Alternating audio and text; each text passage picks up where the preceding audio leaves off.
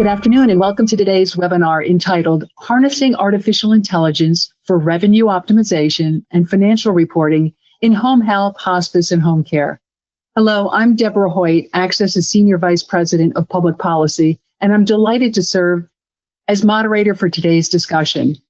Today's session is part of the Axxess AI Innovation, where we explore how artificial intelligence is transforming home health, hospice, personal care, and palliative care delivery. Today, we'll take a deep dive into how AI is a game changer for your organization when applied to revenue cycle optimization, including claims, denials, and billing accuracy, as well as overall financial performance. Our panel will discuss how you can apply AI and predictive analytics for reimbursement and cash flow forecasting, and how AI-driven compliance monitoring and audit risk reduction can reduce your organization's financial exposure. Before we get started, here's just a few quick notes. Today's webinar is being recorded. We'll share a link with you by email in the next few business days. You may also download today's slide deck from the Handout tab. We won't be entertaining live questions during the webinar, but feel free to post them in the questions box, and our panelists will reply to you personally by email. Now let's get started. Artificial intelligence is a force multiplier for care at home organizations. AI is enabling providers to deliver better care more efficiently and compliantly than ever before. Today, I'm joined by my Axxess colleagues, 3 leaders who are helping our clients and partners harness that power in real-world ways. I'd like to welcome Betsy Thomas. She's the Director of Revenue Services, Jaime Carlson, Senior Vice President, Business Intelligence, and John Wittenberg, Vice President of Enterprise Reporting. Welcome, panel. Thanks for joining us. Thank you, Deb. Thanks, Deb. Glad to have you here. So let's get started, and John, we'll start with you. How can AI improve financial performance to increase business revenue and ensure proper revenue recognition? Well, first of all, Deb, it's great to see you again, and thanks for setting the stage so nicely. When we talk about financial performance, we can really break this down into 3 main categories. Think of them as actions. The first is increasing or growing revenue. The next is decreasing or reducing your costs. And depending on where you're reducing costs, you could be improving your gross margin, especially if you're working on reducing your clinical staff expenses. If you're reducing costs in your administration function, you're going to ultimately reduce your bottom line or increase your bottom line profit. And last, accelerating or increasing the speed in which cash is delivered to your agency after billing is done. So I'm glad you started with the question on revenue. And if you ask many CFOs of care in the home industries today, if they had to pick one of those 3, I think revenue growth is always going to be the one they'll pick, because if you increase your revenue, everything else falls into place. However, the care at home industry is very complex, especially in regards to revenue recognition. What we're doing at Axxess is we're using AI automation to help ensure that our clients are properly recording revenue. The old adage, Deb, is if you can't measure, you can't improve it. So we want to make sure that we are giving our clients the proper tools to measure their revenue. If you think about revenue growth, it should really be a function of 2 things. First of all, the marketing efforts by an agency to grow patient census. And as that census grows, the work being done to service that growing census. Those 2 together ultimately are going to drive your revenue growth up. What we do find is that many agencies are still relying on billing activity as their marker for booking revenue. Well, this can be used and has been used for a while. We find it much more accurate in this age of big data and big analytics to be more real time with the actions taking place in an agency. The problem with using billing to book revenue is that billing always is happening after the work is being done, after costs have been incurred by your organization to do that work. Additionally, in some situations where your billing function could be behind, new staff, turnover, etc., that could further separate revenue from when the work was being done. So the reason we like to focus so much on revenue recognition is it aligns both with generally accepted accounting principles or GAAP, and also aligns with CMS's directive for reporting revenue with accrual accounting. So let's do this. Let's see this in an example. If we're going to raise up the first slide. So let's start with a home health 30-day billing period. As most people know, home health has a 60-day clinical episode that is comprised of two 30-day billing periods. So we're looking at maybe the first 30-day billing period in this example. Each of the little bars you see going across from day 1 to day 30, imagine those are clinicians on your staff performing visits for that patient. You may have a couple different disciplines on one day, and also mixed in, you may have supply expenses that are being utilized. So there's costs that are being incurred throughout that 30-day period. This same view could be represented in hospice, because hospice billing is typically done on a 30-year calendar month service period as well. But what we see, if we go to the next slide, what we see agencies trying to do is show a stable, conservative amount of revenue being earned as each calendar day goes by in that 30-day billing period. Similarly, in hospice, as each day progresses, a certain level of care is assigned that day, and we want to earn revenue as the work is being done. So this is a much better way to match the revenue with the cost being incurred.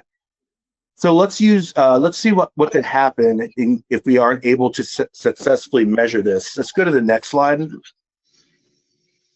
Let's imagine a situation in which an agency's clinical or operations are lagging behind, especially for newer agencies starting up, training new staff. We'll sometimes see issues where the OASIS is not completed timely, thus preventing that reimbursement or HIPS amount from being presented. What can happen in some EMRs is there will not be any revenue being earned until the system is made aware of that reimbursement value.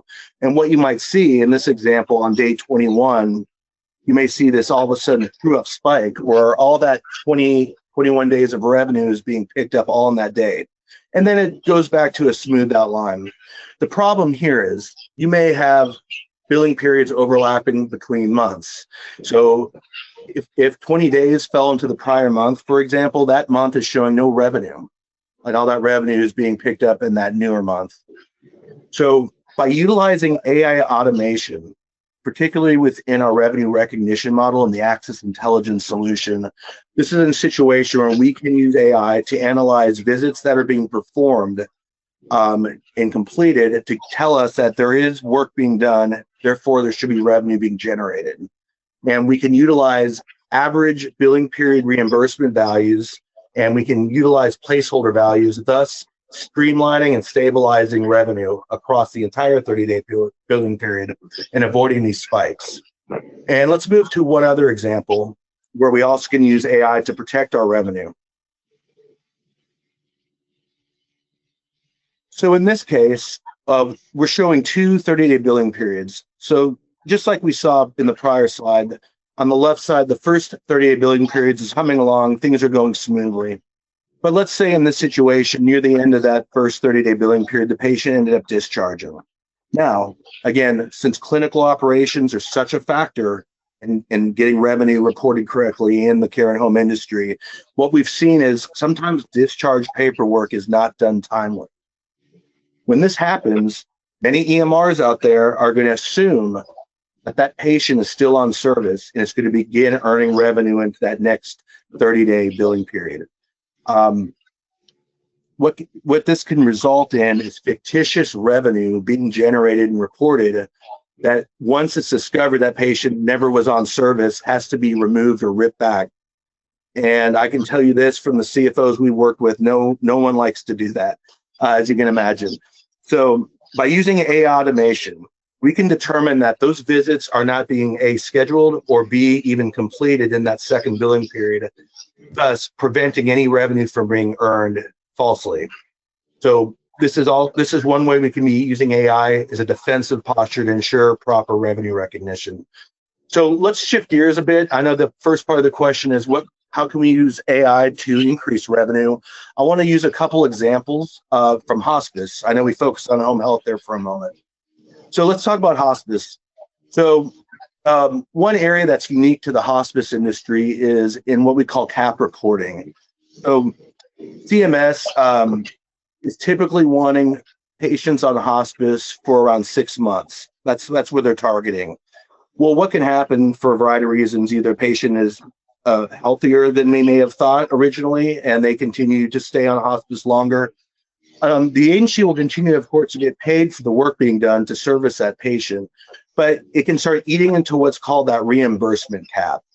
And Medicare keeps an eye on agencies that are eating into that cap too much, because it might mean they're putting people on hospice that shouldn't really qualify in theory.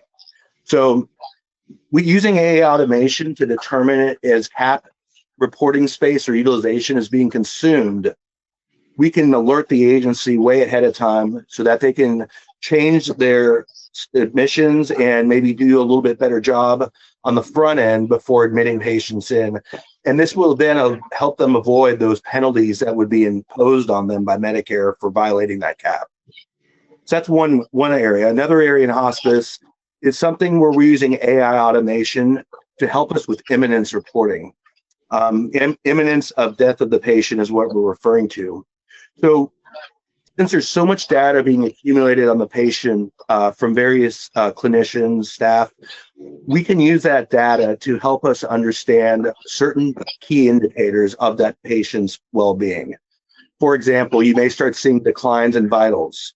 You may show signs of organ failure.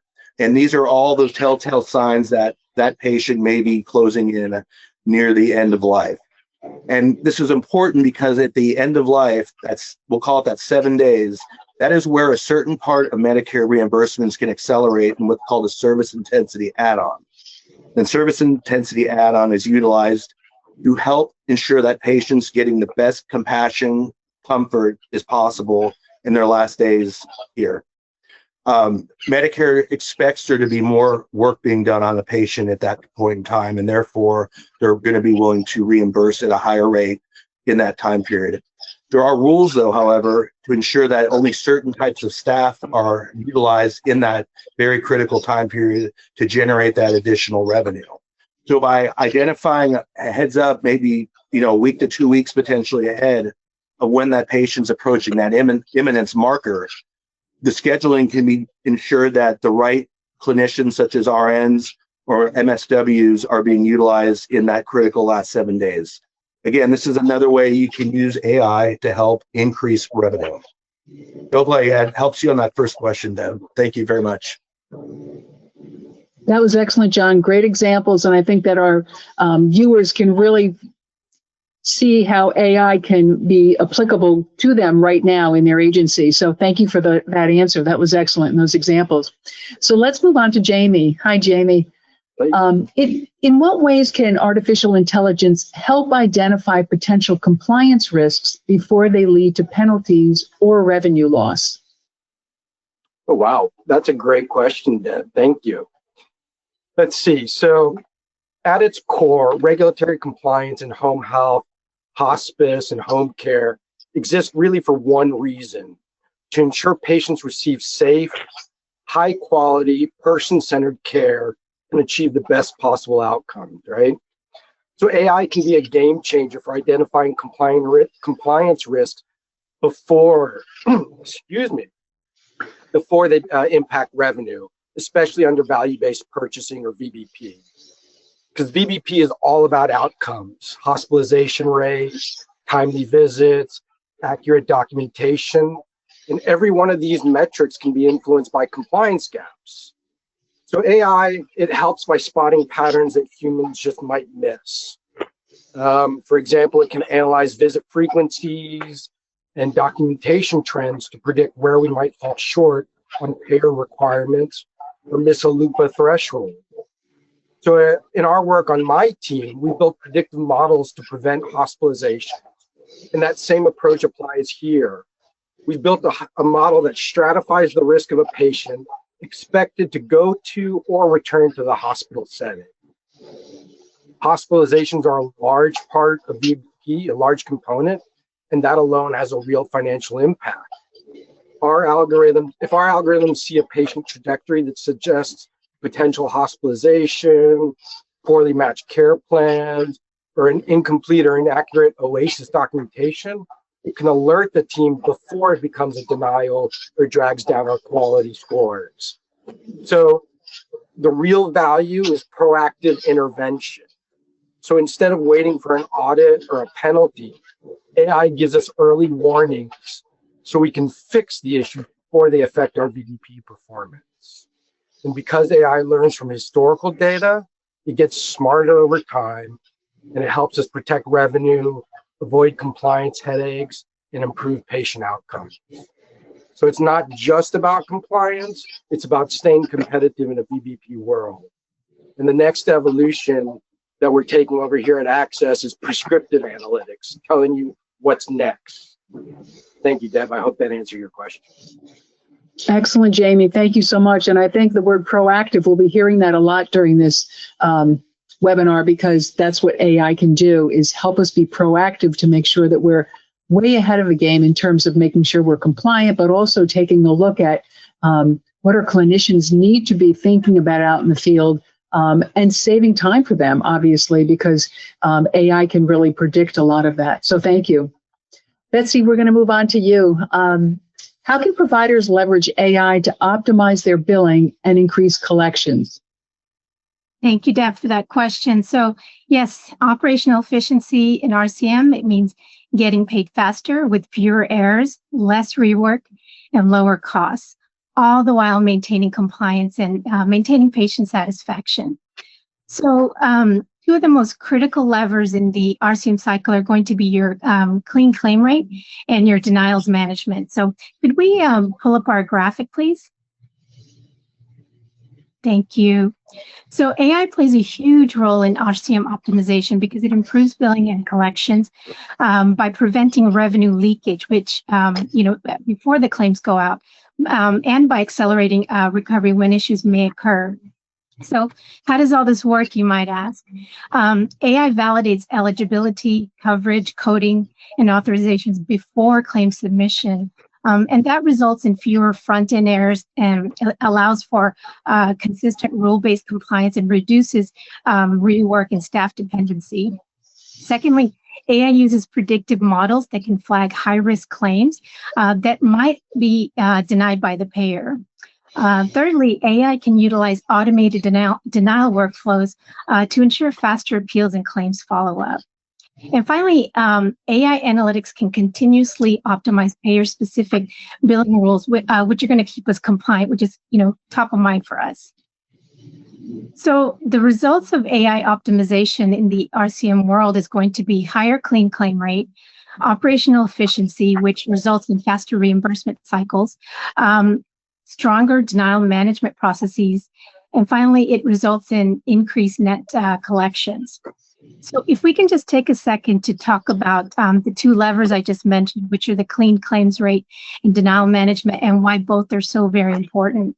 So what is a clean claims rate? So the clean claims rate, that's a mouthful, it measures the percentage of claims that are submitted correctly on the first pass without any errors, without any missing information, and is accepted by the payer without any rework needed.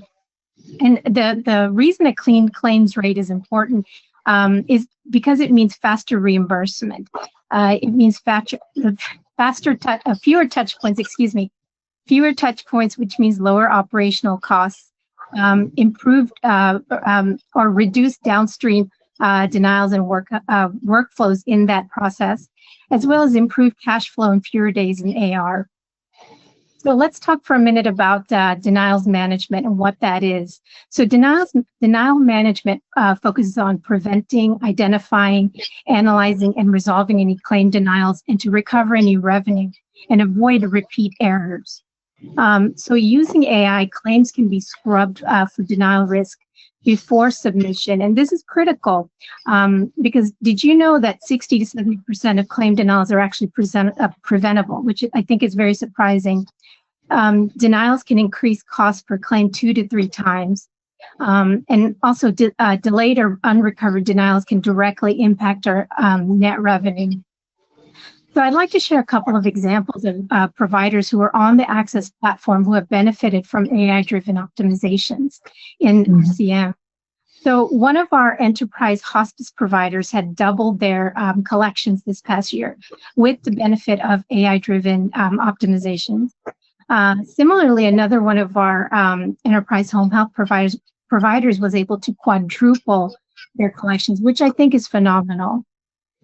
So I think our key takeaway from this is that AI optimizations can indeed increase collections, and it's not by working harder, but by billing smarter.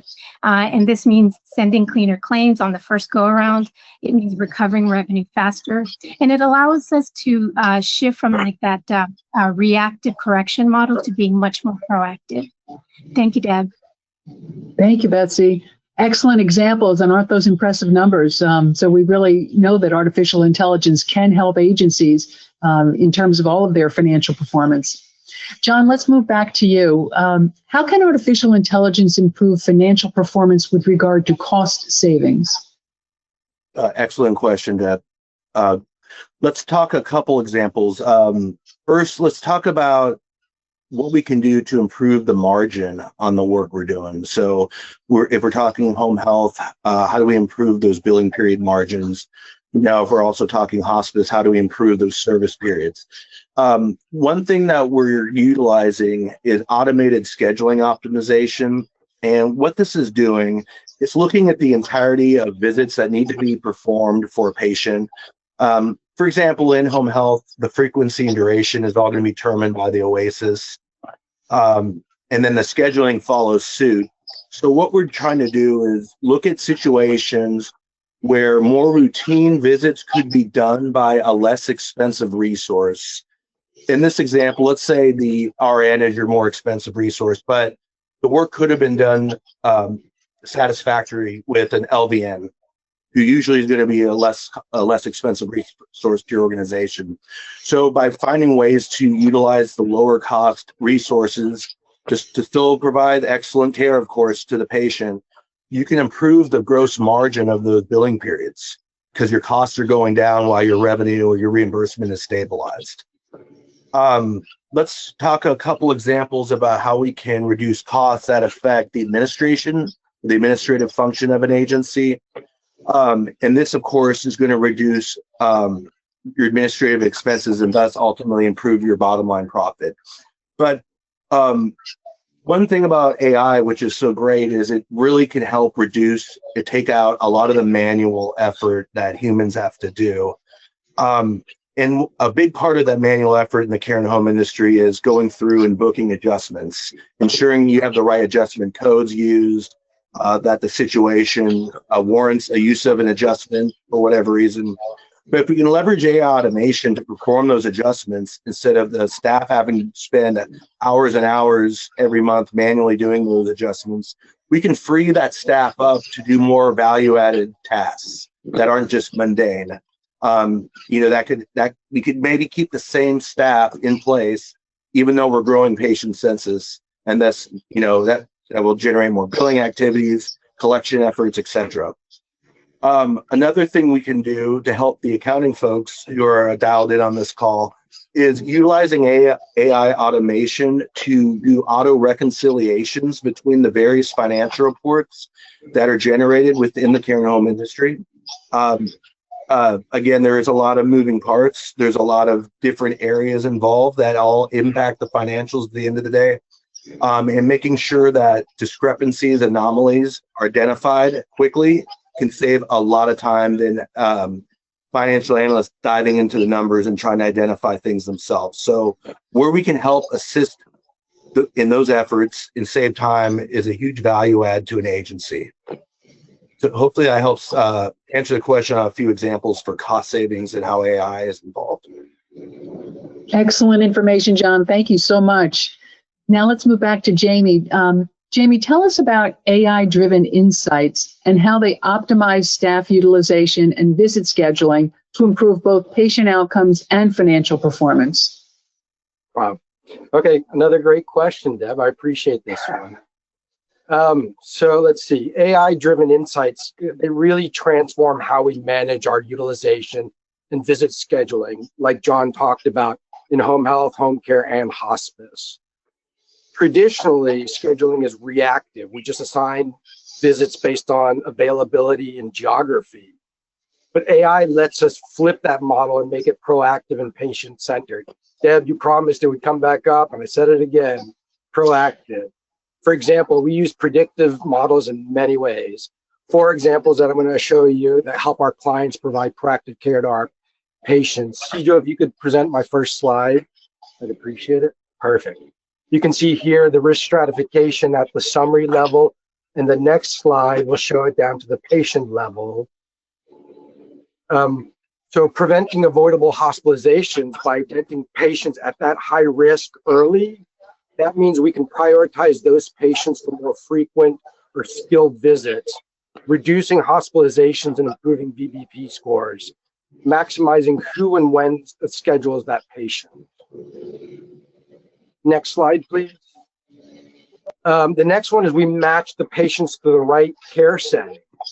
Our model predicts when a patient should transition from home health to hospice or palliative care. And this ensures that they get the right level of care at the right time, which improves outcomes and avoids VBP financial penalties. This frees up clinicians who may be spending too much time on patients that are truly not expected to improve, and therefore alternative settings may be necessary. And having a patient in the wrong care setting will indirectly bring down VBP scores and maybe even quality scores. Peter, if you go to the next slide, you can show this is all the patient progression all in one slide. This is reducing the need to go into all the clinical records for a patient all in one hand. And our algorithm siphons through this to help you make a transition of care more seamless. The third way is we forecast the discharge function status at the start of care. Cijo, if you can go to the next slide. We have this CMS-driven OASIS predictive model that forecasts the client's decline, improvement, or stabilization based on 40 variables. 40 different variables. This helps us set realistic goals and allocate resources like therapy visits, wherever they'll have the biggest impact. And you can see if you go to the next 2 slides, we've got here where it shows the alerts on who's supposed to improve and decline. And the next slide will show you OASIS, will alert you to any inconsistencies in documentation. And the last way is what John referred to was the service intensity add-on in hospice. So our model predicts patients with death occurring in the next 7 days so that hospice agencies can add that service intensity to meet the needs of the patient that is nearing death. Service intensity add-ons for hospice are reimbursed at a higher rate, so it will affect revenue. So when you combine these insights, scheduling becomes strategic. Instead of just filling slots, we're aligning the care plan with predicted needs. High-risk patients get priority, clinicians with specialized skills are matched to the right cases, and we avoid wasted visits that just don't move the needle on outcomes. This is evident in the fact that the national average for LUPAs is greater than 15%, but here our clients are seeing on average only about 5% LUPAs on their census. So financially, this means fewer penalties, better VBP performance, and more efficient use of staff time. Clinically, it means patients are in the right setting, getting the right care, and avoiding unnecessary hospital stays. So AI doesn't replace the human touch. It just gives us the intelligence to deploy it where it matters most. Thanks, Deb. Thanks, Jamie, for explaining that. I love the slides. I think it really helped people walk through and understand each aspect of that. Just a reminder to the people viewing, if you're interested in the slide deck, you can download it in the download tab of the webinar right now. So let's move on to Betsy. Betsy, how does AI take the guesswork out of a provider's billing processes? Thank you, Deb. So presently, traditional billing relies heavily on tribal knowledge, on manual checks, and a lot of reactive corrections. So AI takes the guesswork out by replacing assumptions with data-driven decisions. So the way this works is AI learns from historical claims, denials, and payer behavior by recognizing patterns and trends and applying appropriate measures to prevent claim submission errors in the future.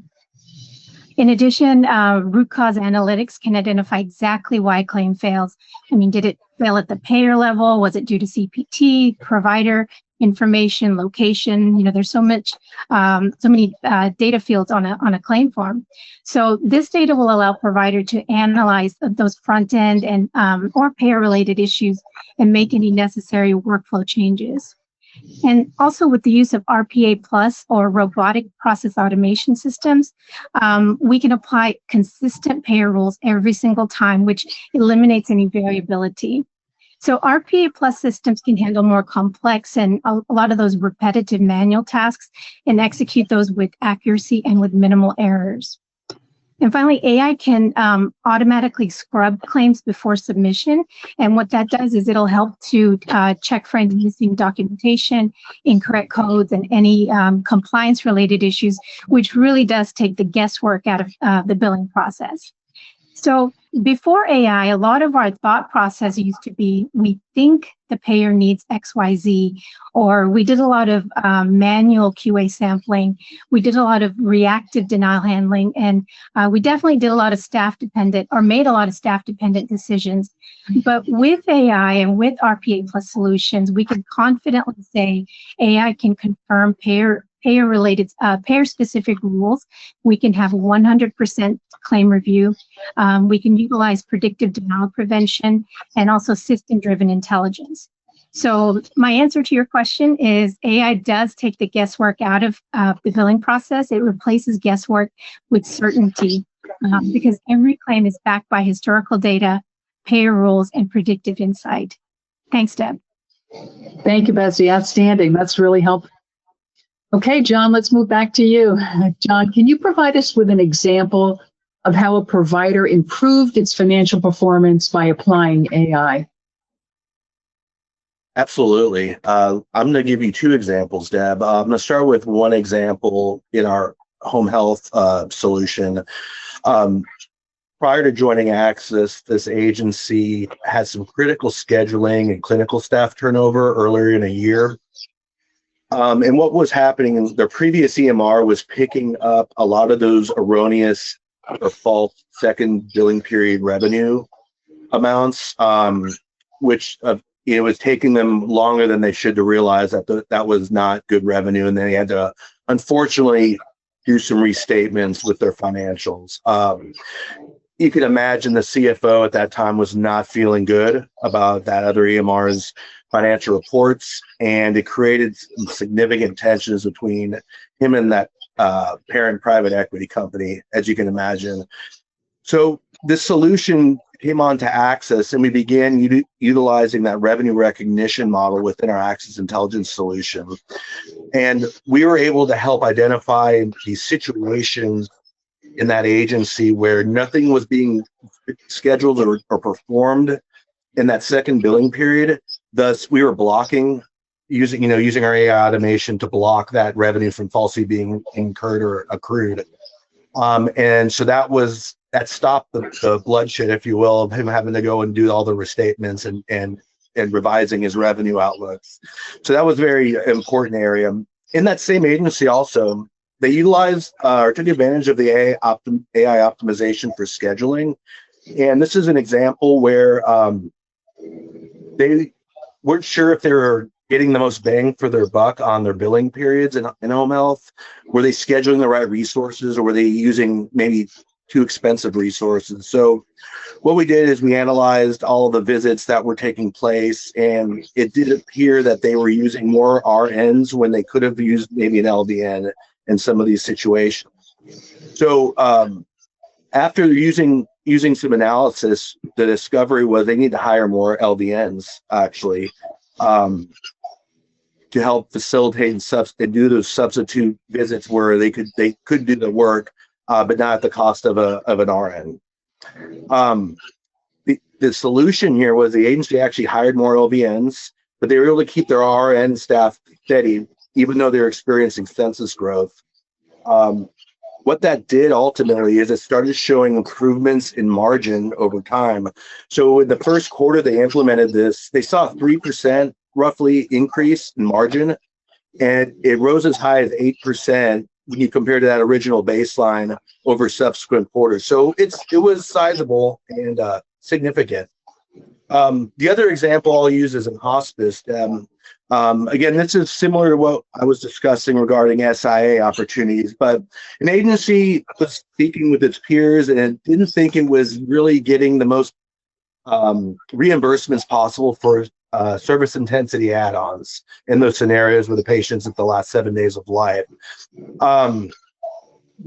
When we looked at the optimization of their scheduling, we're noticing that too much staff that is not eligible for that SIA reimbursement were being utilized.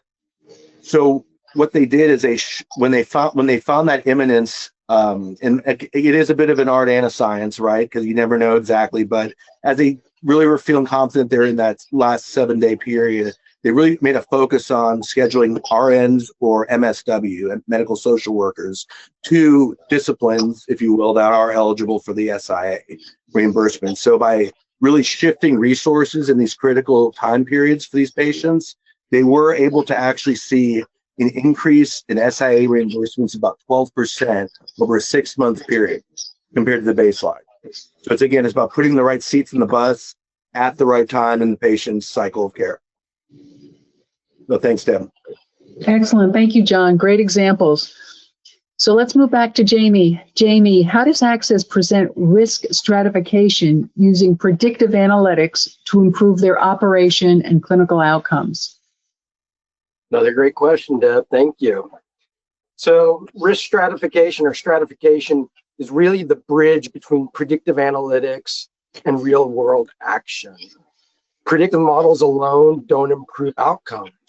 What changes outcomes is how organizations segment their risk and respond differently based on what the data is telling them. So from an operational standpoint, stratification allows agencies to move away from the one-size-fits-all workflows. And by categorizing patients or episodes, clinicians, or even branches into risk tiers, like I showed you in the dashboards, into low, moderate, and high, we can proactively allocate resources where they matter most. That means prioritizing high-risk patients for early interventions, assigning more experienced clinicians, adjusting visit frequencies, and engaging interdisciplinary teams sooner. So operationally, this improves scheduling efficiency, reduces unnecessary utilization, minimizes denials, and prevents last-minute crisis management that drives costs up and staff burnout. So from a clinical outcomes perspective, stratification enables identification of patients at risk for hospitalization, decline, or poor symptom control. So instead of reacting after an adverse event, teams can intervene earlier, whether there's medication reconciliation, care plan adjustments, caregiver education, or escalation to hospice or palliative services when it's appropriate. That timeliness is critical to improving outcomes and honoring patient goals. Stratification also strengthens compliance and quality performance. So when agencies can identify which patients or documentation patterns historically correlate with survey findings, denials, or adverse outcomes, they can address those risks in real time while care is still being delivered. This improves the VBP performance, survey readiness, defensibility, while still maintaining focus on that patient-centered care. And most importantly, stratification aligns operation with a purpose. It ensures that the sickest, most vulnerable patients receive the most attention while allowing stable patients to progress safely without overburdening the system. That balance improves staff satisfaction, financial stability, and more importantly, patient outcomes. So when predictive analytics is paired with stratification, organizations stop reacting to problems and start preventing them. And that's where meaningful transformation happens for agencies and for the patients they serve. Thanks, Deb. Thanks, Jamie. That was very helpful. I appreciate that. Thank you. So we have time for one more question. Betsy, we're going to go back to you regarding billing. So can AI help home-based care providers bill more with fewer resources? Thank you, Deb. And the answer is 100% yes. So yes, AI and RPA Plus systems can absolutely enable volume growth without adding any additional headcount by automating a lot of those high volume repetitive billing tasks and prioritizing and redirecting human effort to where it matters most, as Jamie also just mentioned. So how all this works is RPA Plus mechanisms can handle those tasks, like I said, the eligibility checks, the claim scrubbing, submissions and follow-ups. AI can also auto-categorize a lot of those denials and generate appeals, which takes a lot of effort off the staff. Staff can also focus on exceptions and complex cases, so they're truly managing by exception. And finally, workflows can scale instantly without having to retrain or hire any new staff. And the operational impact of all of this is reduced cost per claim, faster turnaround times. So RPA systems can actually analyze a claim in about 12 seconds versus 85 seconds per person, which I thought was a really fascinating fun fact there. It can increase throughput per FTE and also lower staff burnout and turnover, which I think is probably the most important operational impact. So yes, in conclusion, AI does allow organizations to do more billing, collect more revenue, and scale operations, all without adding any more headcount. Back to you, Deb. Okay, thank you so much. And thank you to each of you, our Axxess panelists, Betsy Thomas, Director of Revenue Services, Jaime Carlson, Senior Vice President, Business Intelligence, John Wittenberg, Vice President of Enterprise Reporting, and to you, our audience. We appreciate you joining us today. There were a couple of little announcements we'd like to be able to make to share with you. We want you to learn a little bit more about our Axxess Intelligence and how that can help you and your organization become an AI-first provider. All that information is at axxess.com. Also, we'd love to have you join us in Dallas, Texas on May 4th through 6th for Agile 2026. That's the Axxess Growth, Innovation, and Leadership Experience. It's a huge conference and something for everyone within your organization. Registration is now open, and it's also information and registrations available on our website, axxess.com. So we look forward to seeing you for our next session in our Axxess AI Innovation Series, and we wish you all a wonderful day. Thank you. Thank you for joining Axxess On Demand. Visit axxess.com for more on-demand videos, industry resources, blogs, and answers to frequently asked questions. Axxess, empowering care anytime, anywhere.